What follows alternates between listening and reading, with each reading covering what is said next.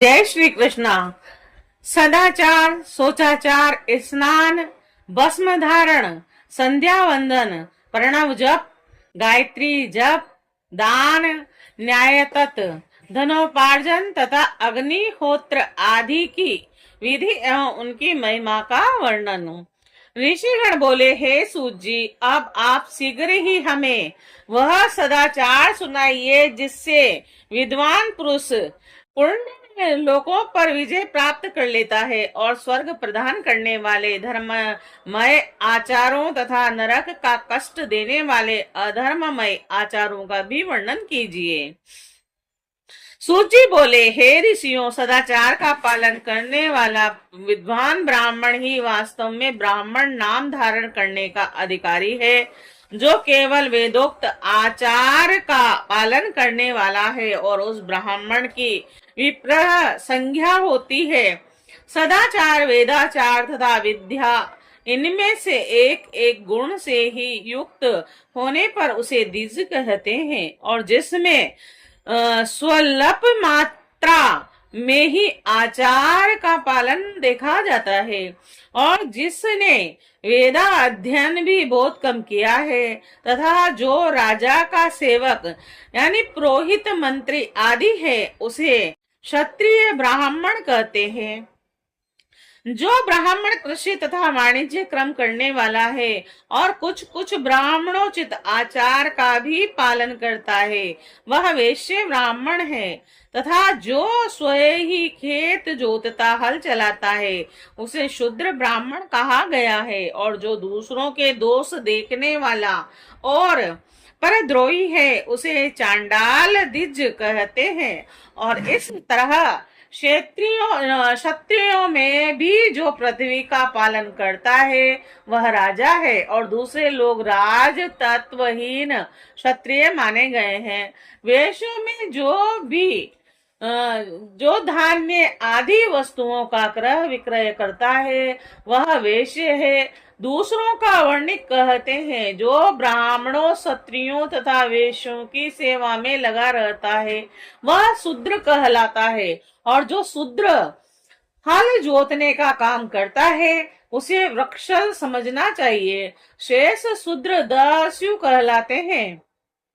इन सभी वर्णों के मनुष्यों को चाहिए कि वे उस काल में उठकर आप पूर्वाभिमुख हो और सबसे पहले देवताओं का, फिर धर्म का और पुनः अर्थ का तदअंतर उसकी प्राप्ति के लिए उठाए जाने वाले क्लेशों का तथा आय और व्यय का चिंतन करें और प्रातः काल उठकर पूर्व, अग्निकोण और दक्षिण आदि 8 दिशाओं की ओर मुख करके बैठने पर क्रमशः आयु, देश, मरण, पाप और भाग्य, व्याधि, पुष्टि और शक्ति प्राप्त होती है। रात के पिछले पहर को उस काल जानना चाहिए और उस अंतिम पहर का जो आधा या मध्य भाग है उसे संधि कहते हैं। अतः उस संधि काल में उठकर द्विज को मल मूत्र आदि का त्याग करना चाहिए और घर से दूर जाकर बाहर से अपने शरीर को ढके रखकर दिन में उत्तराभिमुख बैठकर मल मूत्र का त्याग करें और यदि उत्तराभिमुख बैठने में कोई रुकावट हो तो दूसरी दिशा की ओर मुख करके बैठें। जल, अग्नि, ब्राह्मण आदि देवताओं का सामना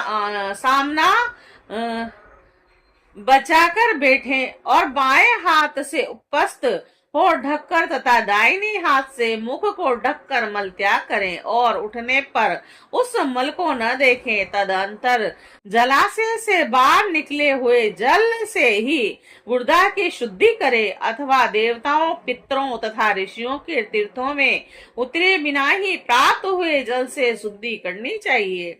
गुदा में 7, 5, 3 बार मिट्टी से उसे धोकर शुद्ध करें और लिंग में ककोड़े के फल के बराबर मिट्टी लेकर लगाएं और उसे धो दें, परंतु गुदहा में लगाने के लिए एक परस्पर मिट्टी की आवश्यकता होती है। लिंग और गुदहा की शुद्धि के पश्चात उठकर अन्यत्र जाएं और हाथ पैरों की शुद्धि करके 8 बार कुल्ला करें।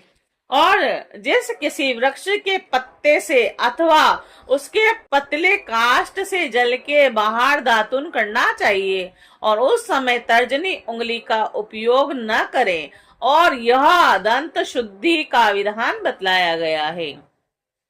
तदंतर जल संबंधी देवताओं को नमस्कार करके मंत्र पाठ करते हुए स्नान करें। यदि कंठ तक या कमर तक पानी में खड़े होने की शक्ति न हो तो घुटने तक जल में खड़ा होकर अपने ऊपर जल छिड़क कर मंत्रोच्चारण पूर्वक स्नान कार्य संपन्न करें। और विद्वान पुरुष को चाहिए कि वह तीर्थ जल से देवता आदि का स्नानांग तर्पण भी करे और इसके बाद धोत वस्त्र लेकर 5 कच्छ करके उसे धारण करे और साथ ही कोई उत्तरीय भी धारण कर ले। और क्योंकि संध्या वंदन आदि सभी कर्मों में उसकी आवश्यकता होती है, नदी आदि तीर्थों में स्नान करने पर स्नान संबंधी उतारे हुए वस्त्र को वहां न धोए और स्नान के पश्चात विद्वान पुरुष उस वस्त्र को बावड़ी में कुएं के पास अथवा घर आदि में ले जाएं और वहां पत्थर पर, लकड़ी आदि पर, जल में या स्थल में अच्छी तरह धोकर उस वस्त्र को निचोड़ें। हे द्विजों, वस्त्र के निचोड़ने से जो जल गिरता है वह पितरों की तृप्ति के लिए होता है। इसके बाद जाबाली उपनिषद में बताए गए अग्नि रीति मंत्र से भस्म लेकर उसके द्वारा त्रिपुंड लगाएं और इस विधि का पालन न किया जाए इसके पूर्व ही यदि जल में भस्म गिर जाए तो कर्ता नरक में जाता है। और आपोहिष्टा इस मंत्र से पाप शांति के लिए सिर पर जल छिड़के तथा यश और श्याय इस मंत्र को पढ़कर पैर पर जल छिड़के और इसे संधि प्रोक्षण कहते हैं। आपो ही सृष्टा इत्यादि मंत्र में 3 रचनाएं हैं और प्रत्येक रचा में गायत्री छंद के 3 चरण हैं और इनमें से प्रथम रचा के 3 चरणों का पाठ करते हुए कर्म से पैर, मस्तिष्क, हृदय में जल छिड़के और दूसरी ऋचा के 3 चरणों को पढ़कर क्रम से मस्तक, हृदय और पैरों में जल छिड़के तथा तीसरी ऋचा के 3 चरणों का पाठ करते हुए क्रम से हृदय, पैर और मस्तक का जल से प्रक्षोपण करें। इसे विद्वान पुरुष मंत्र स्नान कहते हैं। किसी अपवित्र वस्तु से किंचित स्पर्श हो जाने पर, अपना स्वास्थ्य ठीक न रहने पर और राज भय या राष्ट्र भय उपस्थित होने पर तथा यात्रा काल में जल की उपलब्धि न होने की व्यवस्था आ जाने पर मंत्र स्नान करना चाहिए। प्रातः काल सूर्य पश्च माँ और मनुष्य इस सूर्यस्य या मनुष्य इस सूर्यानुवाक से तथा सायकाल अग्निश्च मनुष्य इस अग्नि संबंधी अनुवाक से जल का आचमन करके पुनः जल को अपने अंगों और प्रोक्षण करें। मध्याह्न काल में भी आप पुनंतु इस मंत्र से आचमन करके पूर्ववत प्रोक्षण करना चाहिए। प्रातः काल की संध्या उपासना में गायत्री मंत्र का जप करके 3 बार ऊपर की ओर सूर्य देव को अर्घ्य देना चाहिए। हे ब्राह्मणों, मध्य काल में गायत्री मंत्र के उच्चारण पूर्वक सूर्य को एक ही अर्घ्य देना चाहिए। फिर सायंकाल आने पर पश्चिम की ओर मुख करके बैठ जाए और पृथ्वी पर ही सूर्य के लिए अर्घ्य दे, ऊपर की ओर नहीं। प्रातः काल और मध्य काल के समय अंजलि में अर्घ्य लेकर उंगलियों की ओर से सूर्य देव के लिए अर्घ्य दें। उंगलियों के छिद्र से ढलते हुए सूर्य को देखें तथा उनके लिए आत्म प्रतीक्षणा करके शुद्ध आचमन करें। सायकाल में सूर्यास्त से 2 घड़ी पहले की हुई संध्या निष्फल होती है, क्योंकि वह साय संध्या का समय नहीं है। ठीक समय पर संध्या करनी चाहिए, ऐसे शास्त्र की आज्ञा है। यदि संध्या उपासना किए बिना दिन बीत जाए तो प्रत्येक समय के लिए कर्म से प्रायश्चित करना चाहिए।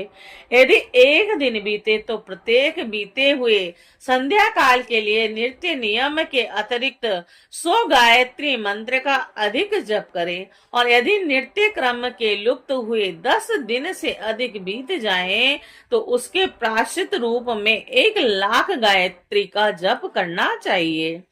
यदि 1 मास तक नृत्य क्रम छूट जाए तो पुनः अपना उपनयन संस्कार करवावें, और अर्थ सिद्धि के लिए इश गौरी कार्तिकेय विष्णु ब्रह्मा और चंद्रमा और यम का तथा ऐसे ही अन्य देवी देवताओं का भी शुद्ध जल से तर्पण करें। तत्पश्चात तर्पण कर्म को ब्राह्मण करके शुद्ध आचमन करे और तीर्थ के दक्षिण भाग में प्रशस्त मठ में, मंत्रालय में, देवालय में, घर में अथवा अन्य किसी नियत स्थान में आसन पर स्थिरता पूर्वक बैठकर विद्वान पुरुष अपनी बुद्धि को स्थिर करें और संपूर्ण देवताओं को नमस्कार करके पहले प्रणव का जप करने के पश्चात गायत्री मंत्र की आवृत्ति करें। प्रणव के अ, उ और म इन तीनों अक्षरों से जीव और ब्रह्मा की एकता का प्रतिपादन होता है, और इस बात को जानकर प्रणव का जप करना चाहिए। जप काल में यह भावना करनी चाहिए कि हम तीनों लोकों की सृष्टि करने वाले ब्रह्मा, पालन करने वाले विष्णु तथा संहार करने वाले रुद्र की जो स्वयं प्रकाश चिंतनमय उपासना करते हैं। यह परम स्वरूप ओंकार हमारी कर्म इंद्रियों और ज्ञानेंद्रियों की वृत्ति को, मन की वृत्तियों को तथा बुद्धि वृत्तियों को सदा भोग और मोक्ष प्रदान करने वाले धर्म एवं ज्ञान की ओर प्रेरित करे। बुद्धि के द्वारा प्रणव के इस अर्थ का चिंतन करता हुआ जो इसका जप करता है वह निश्चय ही ब्रह्मा को प्राप्त कर लेता है, अथवा अनुसंधान के बिना भी प्रणव का नृत्य जप करना चाहिए। इससे ब्राह्मण तत्व की पूर्ति होती है। ब्राह्मण तत्व की पूर्ति के लिए श्रेष्ठ ब्राह्मण को प्रतिदिन प्रातः काल 1 सहस्त्र गायत्री मंत्र का जप करना चाहिए, और मध्य काल में 100 बार और साय काल में 28 बार जप की विधि है। और अन्य वर्ण के लोगों को अर्थात क्षत्रिय और वैश्यों को तीनों संध्याओं के समय यथा साध्य गायत्री जप करना चाहिए। शरीर के भीतर मूलाधार, स्वादिष्ठान और मणिपुर, अनाहत, आज्ञा, सहस्त्रार और यह 6 चक्र हैं। इनमें मूलाधार से लेकर सहस्रास्त्र तक 6 स्थानों में क्रम से विद्येश्वर, ब्रह्मा, विष्णु, इस जीवात्मा और परमेश्वर स्थित हैं, और इन सब में ब्रह्म बुद्धि करके इनकी एकता का निश्चय करें और वह ब्रह्मा में हो ऐसी भावना से युक्त होकर जप करें, और उन्हीं विद्वेश्वर आदि के ब्रह्मरंध्र आदि में तथा इस शरीर से बाहर की भावना करें, और महत्व से लेकर पंचभूत पर्यटन तक तत्वों से बना हुआ जो शरीर है, ऐसे सहस्त्रों शरीरों का एक एक अजपा गायत्री के जप से एक एक के क्रम से अतिक्रमण करके जीव को धीरे धीरे परमात्मा से संयुक्त करे। और यह जप का तत्व बताया गया है। 100 अथवा 28 मंत्रों के जप से उतने ही शरीरों का अतिक्रमण होता है, और इस प्रकार जो मंत्रों का जप है इसी को आदि क्रम से वास्तविक जप जानना चाहिए। 1000 बार किया हुआ जप ब्रह्मलोक प्रदान करने वाला होता है। ऐसा जानना चाहिए। और 100 बार किया हुआ जप इंद्र पद की प्राप्ति कराने वाला माना गया है। और ब्राह्मणेतर पुरुष आत्मरक्षा के लिए जो स्वल्प मात्रा में जप करता है वह ब्राह्मण के कुल में जन्म लेता है। और इस प्रकार प्रतिदिन सूर्योपासना करके उपयुक्त रूप से जप का अनुष्ठान करना चाहिए। 12 लाख गायत्री का जप करने वाला पुरुष पूर्ण रूप से ब्राह्मण कहा गया है। और जिस ब्राह्मण ने 1 लाख गायत्री का भी जप न किया हो उसे वैदिक कार्य में न लगाएं। और 70 वर्ष की अवस्था तक नियम पूर्वक पालन पूर्वक कार्य करें और इनके बाद ग्रह त्याग संन्यास ले लें। और परिवारजक या सन्यासी पुरुष नित्य प्रातः काल 12,000 प्रणव का जप करें। और यदि एक दिन नियम का उल्लंघन हो जाए तो दूसरे दिन उसके बदले में उतना ही मंत्र अधिक जपना चाहिए। इस प्रकार जप को चलाने का प्रयत्न करना चाहिए। यदि कर्म से 1 मास उल्लंघन व्यतीत हो गया हो तो 1.5 लाख जप करके उसका प्रायश्चित करना चाहिए। और इससे अधिक समय तक नियम का उल्लंघन हो जाए तो पुनः नए सिरे से गुरु से नियम ग्रहण करें। और ऐसा करने से दोषों की शांति होती है, अन्यथा गौरव नरक में जाना पड़ता है। जो सकाम भावना से युक्त ग्रस्त ब्राह्मण है उसी को धर्म अथवा अर्थ के लिए यत्न करना चाहिए। और मुमुक्ष ब्राह्मण को तो सदा ही ज्ञान का ही अभ्यास करते रहना चाहिए। धर्म से अर्थ की प्राप्ति होती है और अर्थ से भोग सुलभ होता है और उस भोग से वैराग्य की प्राप्ति होती है। और धर्म पूर्वक उपार्जित करने से जो भोग प्राप्त होता है उससे एक दिन अवश्य वैराग्य का उदय होता है। धर्म के विपरीत अधर्म से उपार्जित धन के द्वारा जो भोग प्राप्त होता है उससे भोगों के प्रति आसक्ति उत्पन्न होती है। और धर्म 2 प्रकार का कहा गया है, द्रव्य के द्वारा संपादित होने वाला और शरीर से किया जाने वाला। द्रव्य धर्म यज्ञ आदि के रूप में और शरीर धर्म तीर्थ स्नान आदि के रूप में पाए जाते हैं। मनुष्य धर्म से धन पाता है और तपस्या से उसे दिव्य रूप की प्राप्ति होती है। और कामनाओं का त्याग करने वाले पुरुष के अंतःकरण की शुद्धि होती है और उस शुद्धि से ज्ञान का उदय होता है और इसमें संचय नहीं है। सतयुग आदि में तप को ही प्रस्त कहा गया है, किंतु कलयुग में द्रव्य शास्त्र धर्म अच्छा माना गया है। सतयुग में ध्यान से, त्रेता में तपस्या से और द्वापर में यज्ञ करने से ज्ञान की सिद्धि होती है, परंतु कलयुग में प्रतिमा भगवत विग्रह की पूजा से ज्ञान लाभ होता है। जिसका जैसा पुण्य या पाप होता है उसे वैसा ही फल प्राप्त होता है। द्रव्य देह अथवा अंग में न्यूनता, वृद्धि अथवा श्रेय आदि के रूप में वह फल प्रकट होता है। धर्म अहिंसा दुख रूप है और धर्म सुख रूप है। मनुष्य अधर्म से दुख पाता है और धर्म से सुख एवं अबुद्धि का भागी होता है। और दुराचार से दुख प्राप्त होता है और सदाचार से सुख। अंत भोग की मोक्ष की सिद्धि के लिए धर्म का उपार्जन करना चाहिए। जिसके घर में कम से कम 4 मनुष्य है, ऐसे कुटुंबी ब्राह्मण को जो 100 वर्ष के लिए जीविका जीवन निर्वाह की सामग्री देता है उसके लिए वह दान ब्रह्मलोक की प्राप्ति कराने वाला है।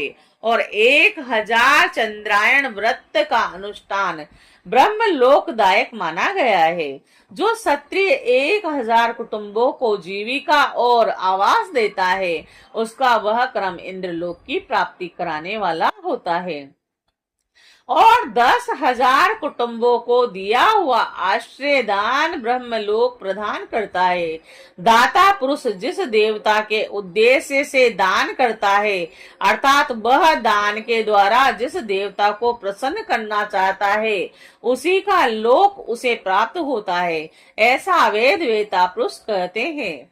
धनहीन पुरुष सदा तपस्या का उपार्जन करें, क्योंकि तपस्या और तीर्थ सेवन से अक्षय सुख पाकर मनुष्य उसका भोग करता है। अब मैं न्यायतः धन के उपार्जन की विधि बता रहा हूँ। ब्राह्मण को चाहिए कि वह सदा सावधान रहकर विशुद्ध प्रतिग्रह, दान ग्रह तथा याजन, यज्ञ कराने आदि से धन का अर्जन करे और वह उनके लिए कहीं दीनता न दिखाए और न अत्यंत क्लेशदायक कर्म ही करें। क्षत्रिय बाहुबल से धन का उपार्जन करें और वैश्य कृति एवं गोरक्षा से न्यायोपार्जित धन का दान करने से दाता को ज्ञान की सिद्धि होती है और ज्ञान सिद्धि द्वारा सब पुरुषों को गुरु कृपा से मोक्ष सिद्धि सुलभ होती है। मोक्ष से स्वरूप की सिद्धि और ब्रह्म रूप से स्थिति प्राप्त होती है और जिससे मुक्त पुरुष परमानंद का अनुभव करता है। और हे द्विजो, मनुष्यों को यह सब सत्संग से प्राप्त होता है। ग्रस्त आश्रमी को धन, धान्य आदि सभी वस्तुओं का दान करना चाहिए और अपना हित चाहने वाले ग्रस्त को जिस काल में जो फल अथवा धन आदि वस्तुएं उत्पन्न होती है उन्हें ब्राह्मणों को दान करना चाहिए। वह तृष्णा निवृत्ति के लिए, जल तथा क्षुधा रूपी रोग की शांति के लिए सदा अन्न का दान करें। खेत, धान्य, कच्चा अन्न, भक्ष्य, भोज्य, लेहा और चोपशे, यह 4 प्रकार के सिद्ध अन्न दान करने चाहिए, जिनके अन्न को खाकर मनुष्य जब तक कथा श्रवण आदि सदकर्म का पालन करता है उतने समय तक उसके किए हुए पुण्य फल का आधा भाग दाता को मिल जाता है और इसमें संचय नहीं है। दान लेने वाला पुरुष दान में प्राप्त हुई वस्तु का दान तथा तपस्या करके अपने प्रतिग्रह जनित पाप की शुद्धि करे, अन्यथा उसे गौरव नरक में गिरना पड़ता है। अपने धन के 3 भाग करे, एक भाग धर्म के लिए, दूसरा भाग वृद्धि के लिए तथा तीसरा भाग उपभोग के लिए। नित्य, नैमित्तिक और काम्य, यह तीनों प्रकार के कर्म धर्मार्थ रखे हुए धन से करें और साधक को चाहिए कि वह वृद्धि के लिए रखे हुए धन से ऐसा व्यापार करे जिससे उस धन की वृद्धि हो तथा उपभोग के लिए रक्षित धन से हितकारक, परमित एवं पवित्र भोग भोगे। खेती से पैदा किए हुए धन का 10वां अंश दान कर दे और जिससे पाप की शुद्धि होती है। शेष धन से धर्म, वृद्धि एवं उपभोग करे, अन्यथा वह गौरव नरक में पड़ता है अथवा उसकी बुद्धि पाप से परिपूर्ण हो जाती है या खेती ही चौपट हो जाती है। वृद्धि के लिए किए गए व्यापार में प्राप्त हुए धन का 6ठा भाग दान कर दे और श्रेष्ठ ब्राह्मण को दान में प्राप्त हुए शुद्ध पदार्थ का 1/4 दान कर देना चाहिए और इन्हें अकस्मात प्राप्त हुए धन का तो आधा भाग दान कर देना चाहिए। असत्य प्रतिग्रह, दूषित दान में प्राप्त संपूर्ण पदार्थों को समुद्र में फेंक देना चाहिए और अपने भोग की समृद्धि के लिए ब्राह्मणों को बुलाकर दान करना चाहिए और किसी के द्वारा याचना करने पर अपने शक्ति के अनुसार सदैव सब कुछ देना चाहिए और यदि मांगे जाने पर शक्ति रहते हुए यह पदार्थ न दिया जाए तो दूसरे जन्म में वह ऋण चुकाना पड़ता है। विद्वान को चाहिए कि वह दूसरों के दोषों का वर्णन न करे।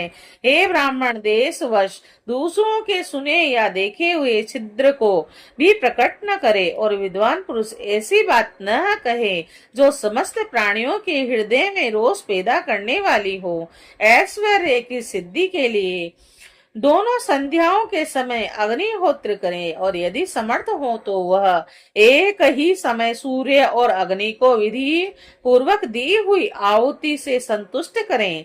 चावल, धान्य, घी, फल, कंद अतः हविष्य, इनके द्वारा विधि पूर्वक स्थाली पाक बनाए हुए यथोचित रीति से सूर्य और अग्नि को अर्पित करे और यदि हविष्य का अभाव हो तो प्रधान होम मात्र करे और सदा सुरक्षित रहने वाले अग्नि को विद्वान पुरुष अजस्त्र की संज्ञा देते हैं, और यदि असमर्थ हो तो संध्या काल में जप मात्र या सूर्य की वंदना मात्र कर ले।